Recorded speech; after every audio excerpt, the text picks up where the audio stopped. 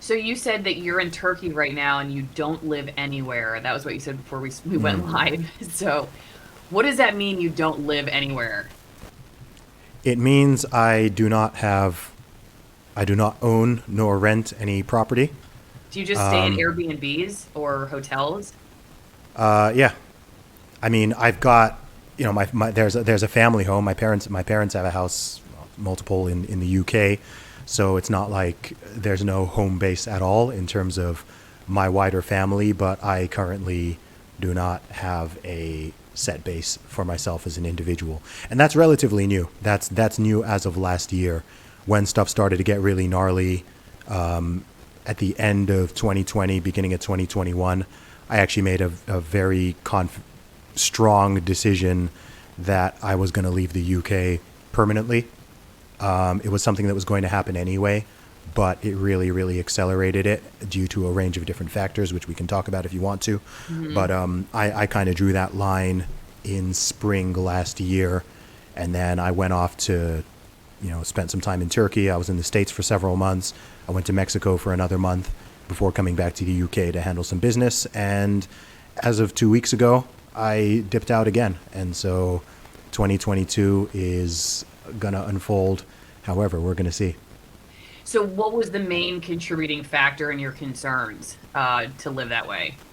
Sure. So for a long time, I'd considered leaving the UK for a long time. I've always known that I never felt like, okay, the UK is where I'm going to live and raise my future family and children, and I plan to kind of be here permanently. I never really had that in my head.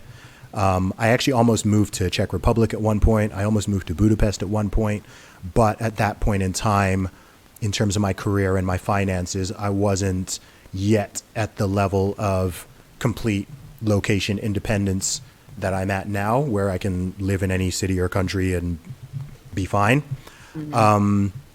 And so that was already potentially on the horizon. And then a lot of the actions, I wouldn't say the government actions per se, I would say the people's response to the government actions, and I still very strongly feel this for certain countries in particular, just was completely demoralizing to me. And I was just like, you know what, I can't be around this. Like, I'm too different from these people that I'm surrounded by. And I saw the UK, I was seeing what was going on in places like Australia, New Zealand, Canada, and the UK was very much trending in that direction last year. I think that things have reversed now, but I was like, you know what, I don't want to be on the ship as it is potentially sinking. I would rather get off the ship, and I've worked very hard to have the means to do that, and hope the ship doesn't sink, but I'm not going to sit here and suffer more than necessary. So is it very different in the places that, like in Turkey, for instance, what is it like there with COVID compared to the Normal. UK? Normal. You mean like they don't have any rules? No, I mean, most people wear masks inside shops, and I see people wearing them on buses and stuff. I haven't actually used the public transport, but nobody cares. I have never had anyone ask me to put a mask on here. And no No one's vaccine asking. requirement? No. People are just living life. It's just Yeah. normal. You see some people wearing their masks if they want, but no one's bothering anyone. It's not like New York or California where people shout at you if you don't wear a mask. Or when I went to Portugal, people shout at you if you don't wear a mask.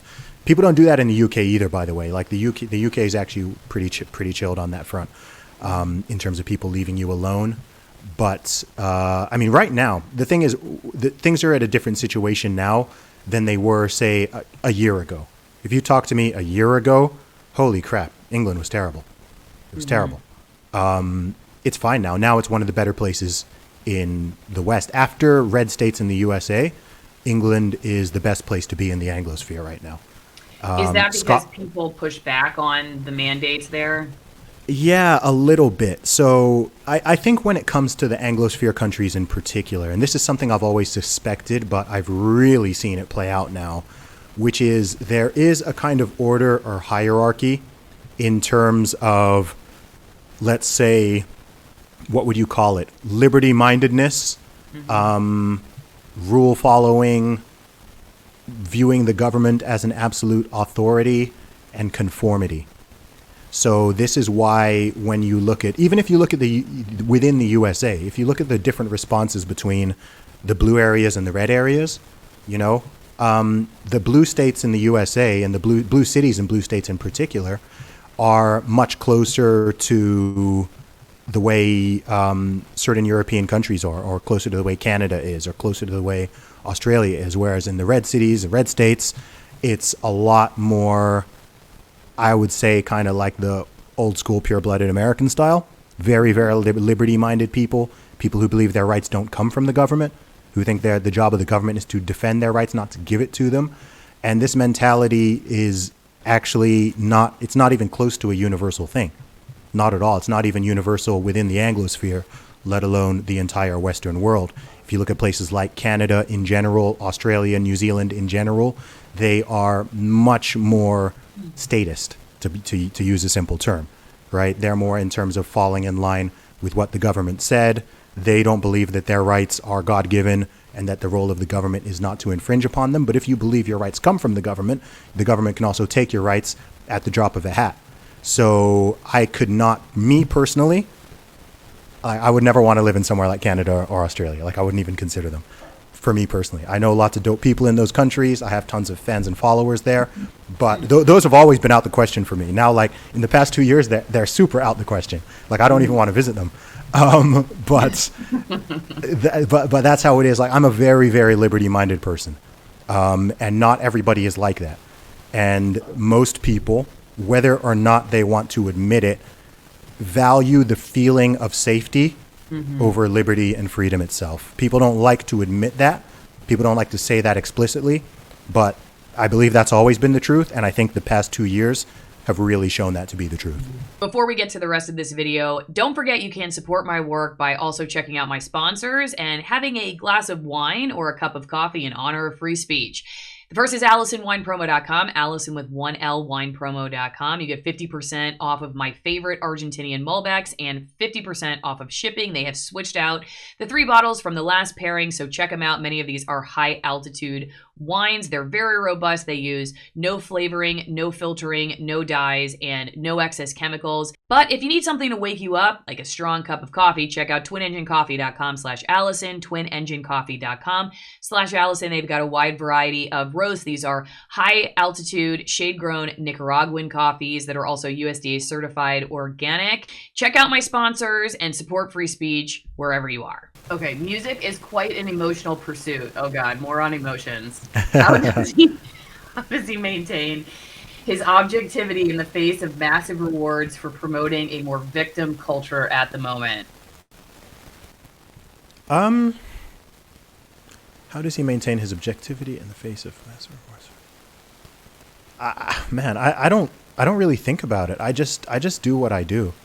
I don't spend a lot of time dwelling on these things. I just act, and I make music, and I write, and I do what I believe is right, and I say what I believe to be true. I don't dwell on it.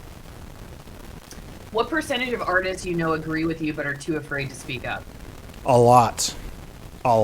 In terms of percentage, it's hard to say, but I'd say, I don't know, half. Maybe half. That's a lot. Yeah, it's a lot. That's sad. That's sad that there's that many. Honestly, people think that, look, the world of hip-hop and music in general, right? Any creative industry is certainly more left/liberal leaning in general, whether you're talking about music or you're talking about Hollywood or drama, theater, all of that stuff. But it's not as hardcore one way as people imagine. That's an illusion, and that's an illusion that happens because of the culture of the people who are outspoken generally all being one way and then being able to pressure and silence other people into submission. But a lot of people are a lot more moderate than you may imagine. Okay. I love Zuby. Watched him a while back on Jordan Peterson's daughter's podcast. I think I have this correct. Okay. In the big 5 traits, he is very low in neuroticism. How to deal with stress and depression and loss of community. Any good strategies? Boy. What does that mean to be low in neuroticism? it means that you are not very sensitive to negative emotions, fear, anxiety, worry, depression, anger, all of that. I'm in the bottom 2% of the population on that, so I'm quite extreme. How do you test that? I just did an in-depth personality test. I actually did the one that her dad helped to work on, the one at understandmyself.com. But I've done a few others, and that always comes out. So it means that I don't really have to deal with stress and depression, because I'm going to say this might not be a popular thing to say, but I can't really empathize with depression or anxiety, because I don't really know what they mean. I don't really know what they feel like, because I'm kind of immune to them. I do my best to sympathize with people when they talk about things like that, but I don't really experience it. I can experience sadness and some basic level of stress, but when I see people talk about depression, I don't really, there's a bit of a disconnect for me just because of that very low neuroticism trait. It's not something I've ever dealt with. But in terms of strategies, let me be more productive on this answer. Firstly, let me say I'm not an expert. I'm not a professional on this thing, but I think it's important for people to think about why they feel that way. I think we live in this time where people are very keen to pathologize everything, and everyone wants to make everything sound like a mental health issue, whether it's depression or anxiety or PTSD or whatever. I think a lot of people are kind of overdiagnosing everything. I think a lot of what people do call anxiety and depression in many cases is simply the result of not living a good lifestyle. This goes into their nutrition, their sleep patterns, their daily habit, whether or not they're exercising, the people they're surrounded by, other habits they may have like drugs, alcohol, drinking, all that kind of stuff. So I think the best way to deal with this is to improve your overall lifestyle, right? The things you can control, your diet, how many hours are you sleeping a night? How much water are you drinking? Are you exercising regularly? Are you surrounded by good people online or offline? What does your diet isn't just what you eat and drink. It's also what you consume with your eyes and with your ears. Are you listening to and following things that are positive and uplifting? Or are you just in this spiral of negativity and anger and fear and worry? Because if you are, that's going to get projected onto you. So I would recommend people to just arrange things so that is better, and to get themselves in motion, literally get yourself in motion, exercise regularly, take care of your health, and things get better from there. If there's a much, much deeper problem, then of course there are professionals and things like that people can seek out. But I don't think that should be the first step. Where does Zuby find inspiration for his message, and how do you maintain a positive attitude? You kind of already answered that one. Yeah, I think I answered the second one right there. I try to surround myself with good people and take care of my lifestyle. What was the first half of the question, though? Where do you find inspiration for your message? Just by living an interesting life, talking to a lot of people, traveling, experiencing different things, and I think that all feeds into it.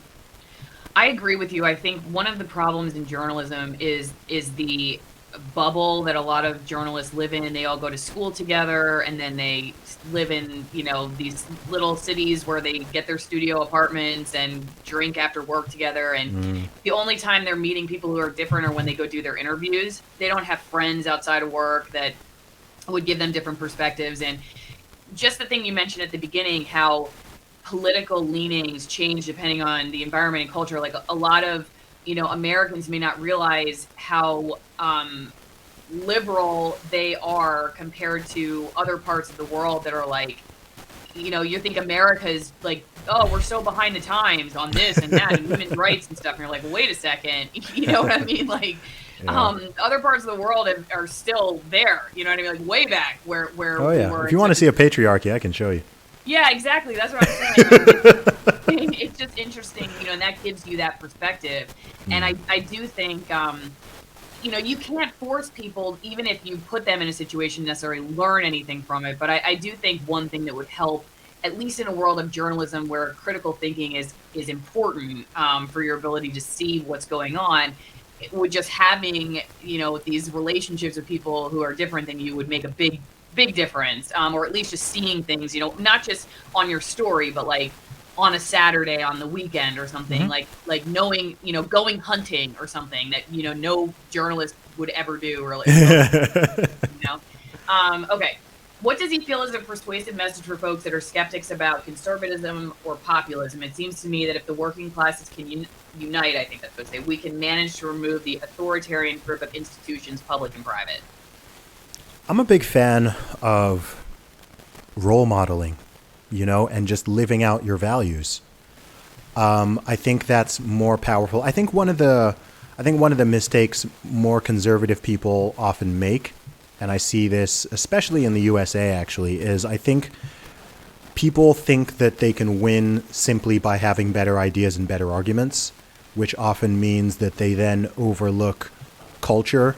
They overlook the emotional aspect and people's feelings and messaging and branding and all that kind of stuff, which is, I can understand why some people don't want to get into all of that, but it is important. And I think that, look, if we want to be real, I know that this is a mischaracterization, but a mischaracterization that a lot of people, especially people who are more left or liberal leaning, have of conservatives or people on the right is that they are less caring, or they don't care about poor people, or they don't care about minorities, or they're racist, or they're this or they're that or whatever.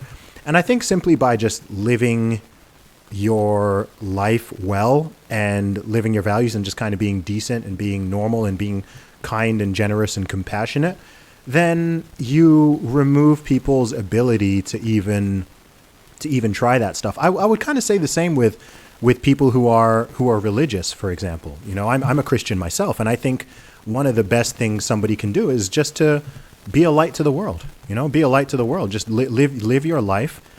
People can see that you are happy and you are motivated and you're positive and you're kind towards other people, and you're even people who attack you or may deem you as an enemy, you have a level of magnanimity with them. People do see that and they notice it, and it makes them, maybe that's even what makes people ask some of these questions. So I think oftentimes actions speak louder than words. And I think it's not necessarily always a matter of thinking very politically and almost like you're trying to do some kind of campaign. I think it's just getting involved in these different areas, getting feet on the ground, talking to people, treating people kindly, having these discussions, seeing where you agree, where you disagree. Then all of these things just help to create empathy and to humanize people. And I think a big problem we're having in modern society is people just viewing each other as in groups and out groups, as my side, your side, left side, right side, everything is just this or that. And I don't think it's really harmonious or conducive to a healthy society in the long run. This is just a short clip of a full video that has basically been sanitized so it can fly under the radar on YouTube. If you want to see the entire conversation that we had, or the entirety of the commentary that you're watching, please go to one of my other platforms. One of the best places to go is AlisonMorrow.locals.com, where you can become part of my editorial board and pose questions ahead of time for interviews. I also do live editorial board meetings on Saturdays. You can bring your feedback and pose ideas for guests and topics for the week to come, and you get exclusive content. So go to AlisonMorrow.locals.com, but whatever you do, don't stay here on YouTube. If you want the full truth about what's happening around us, you gotta go somewhere else.